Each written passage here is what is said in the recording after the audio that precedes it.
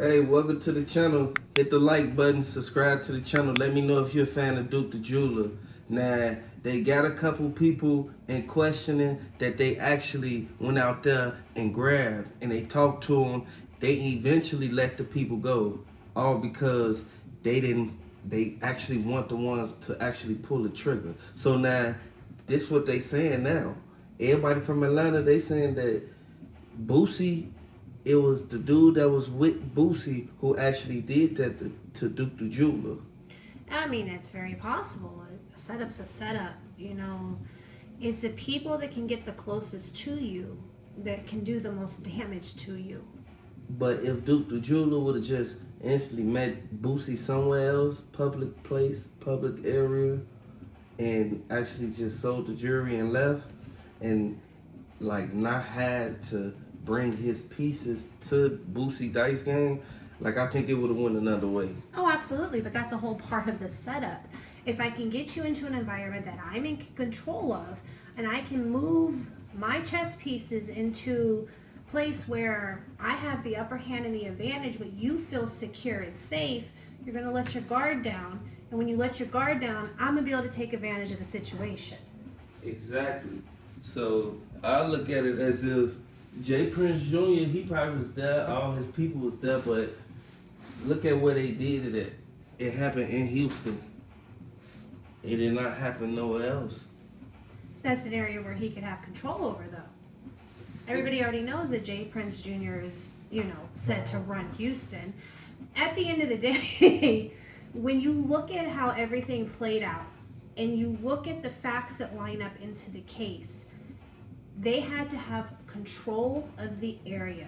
When you watch those videos, there's more foe than friend. Yeah, there's a lot of people up in the footage that, the feds, they looking at it as if these are potential witnesses. These people who was right there, they know what's going on. They know the people that's right there. Like, yeah, that's up in there. The head nods, the whistles, the winks, the taps. Them signals. They're all signals, and there was just way too many of them. He knew he couldn't take him out by himself. So he put himself in a position to where he had a mini army. Then we can all work together in this controlled environment where he thinks he's safe, and we have the upper hand. Yeah, and in most cases, people leave the dice game before it's over with, but they said Duke the Jeweler, he left the dice game right when it was ended. So keep in mind, a lot of people thought that Duke the Jeweler just walked up in there, started shooting dice, and then, you feel me, of course he greeted, he greeted a lot of people that was up in there, just like everybody keeps saying. He talked to a lot of people that was in there, got to know them first, but Duke the Jeweler, he left once everything was in there. So this happened afterwards, and the Fed saying that if Duke the Jeweler would have came there with more people, more likely than other, like he would have made it out that situation, because it would have been somebody right there that he knew that was outside. Absolutely, because he would have had people that he could have been like, hey. If you're by yourself, you're more likely to be a target.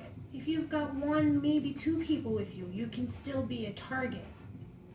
If you roll in groups 10, 15, 20 deep, people are like, do we want to continue this? Because it puts a different spin. Yeah, some people be not so much as scared, but people would be sitting back trying to, you know what I'm saying, like contemplate on should they do whatever they thinking about or trying to do, should they do it or not. A smart person knows when they're outnumbered. Yeah, they do though. You're not going to barge into a store that's got 5,000 people in it and be like, everybody give me your purse. You know you're outnumbered. Well, the same thing in the streets. You're not going to just barge up to someone who's got, 50 friends with them that are willing to pull. Yeah. You're not going to do that. To your maybe 5, it's going to be a mess. Yeah, and just like they kept saying from the beginning, Duke the Jeweler, he was in his own rental car. He had his own you know, like stuff going on. Like ain't no telling what Duke the Jeweler was finna go after he left Boosie now. He was probably gonna go, well, at that point in time, to bed back in his hotel room where he was set up and safe. But when you're in a different state, especially one that you may or may not have been in before, you like to go out, get some dinner, see a show, sightseeing, whatever appeals to you in that moment. You don't just, oh, I'm just here for this. Most people like to go out and have a little extra fun on their own. He got pictures with Boosie and all that, and this is what everybody tried to say, like, why did he even put them pictures up of him and Boosie them at the dice game? Maybe that was a sign. And I want everybody in the comment section to let me know. Do you think that was a sign that he was trying to, like, let everybody know, like, give everybody a warning that this is the last place that he was? This is the last people who he was with? It's possible. When you don't have any other way to communicate, you leave breadcrumbs, right? And so posting pictures of your last few places, events, gives a time frame, gives an identity, and it gives a place of, hey, start here. Look for me here. But if, like, when things go this way, like this, like, do you think that it'll eventually evolve into, like, them actually finding out who actually pulled the trigger? Because they said it was multiple people, and you know how it is when things start happening. It be people, like, they be saying, like, all type of stuff. They be trying to, like, they be real life trying to get people to, like, get locked up when these ain't even the people that did it. There's street justice and there is, legal system justice. One way or the other, this person or persons will get caught up. Right. And it may not be today, it may not be tomorrow, it might be 5 years from now. But the fact of the matter is, what goes around comes around, and whether you did it or you're doing it, it's gonna bite you in the butt. Yeah, it's gonna turn around and be something that you ain't think it was gonna be. Well, because when we're in that moment and we're, potentially getting paid or, They said that Boosie, like, he paid the dude. This is what they saying. They said he paid the dudes afterwards. He ain't paid them to, like, wait to pull up and then do that to him. He ain't pay him in advance. Well, and then you got to think about why people will move for money. Either they are upside down in their own personal bills and expenses, or some people just, doughboys. They have a loyalty. Yeah, they have a loyalty to that person. Well, that person that is of a loyalty source is less likely to say anything. Because let me tell you, this is probably not the first job they did, whatever their jobs are. A person who's getting paid for it because they got themselves in a bind, they typically have a guilty conscience to deal with. Those are the people that are more likely to, tell on you, to, what do they say, rat you out. If you really want to get to the bottom of this, you're going to have to talk to every person that was in that room that night. And that was a lot of people. Yeah, it was so many people that was in that room that it was people that was blocking the doorway, people with security guard, people was in everything that they said in the police report. That's what shocked me. Well, and you got to look at the atmosphere of the room again. Hand signals, twists, turns, knobs, whistles. These people were trained to respond.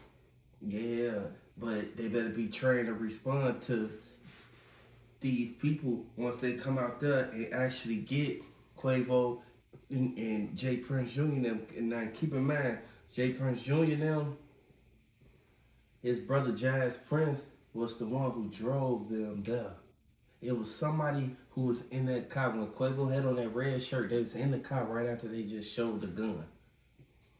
They say, they instantly tell Quavo, hey man, hey, you should record us a little bit. You know what I'm saying?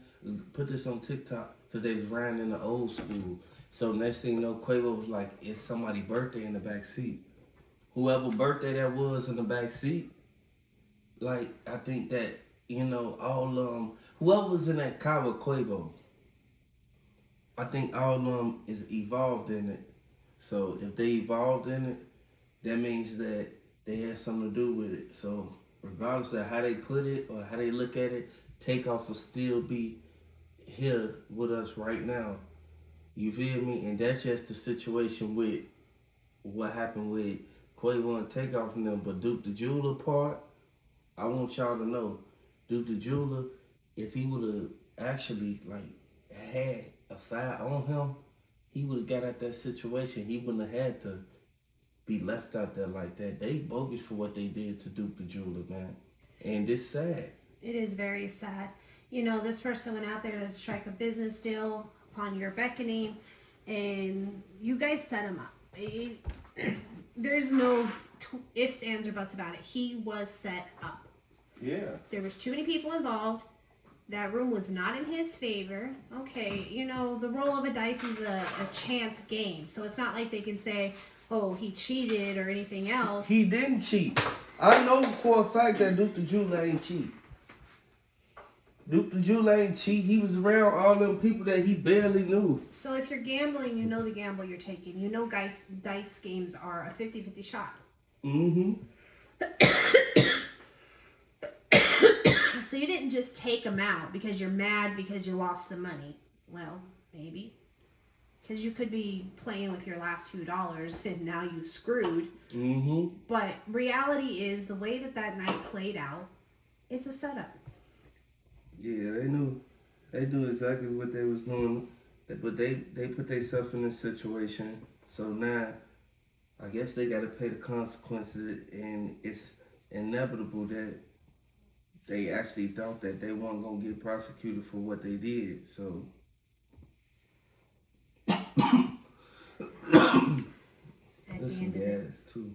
At the end of the day, what's done in the dark will come to the light. Somebody has video, somebody saw something. It's a matter of that person, well, getting over whatever fear is holding them back, and they going and filing their report. Yeah, but Boosie and them, they got something in store for them. You feel me? And that's that fear of, okay, you can't protect my family, you can't protect me. I know something, but it's not valuable enough for me to give up my life. Yeah, Boosie and them, they actually did what they did, but it all comes to the light afterwards. Like, a lot of people think that Boosie and them ain't had nothing to do with it, and I kept seeing people put that in there. People kept saying Boosie and them ain't had nothing to do with it, but why did Boosie instantly gather up that $1 million? You see what I'm saying? Well, you know what? I like to look at the evidence and the facts. Bring me something that says he didn't do it. Exactly. The same way the court of law. Everybody from Atlanta saying that he did it.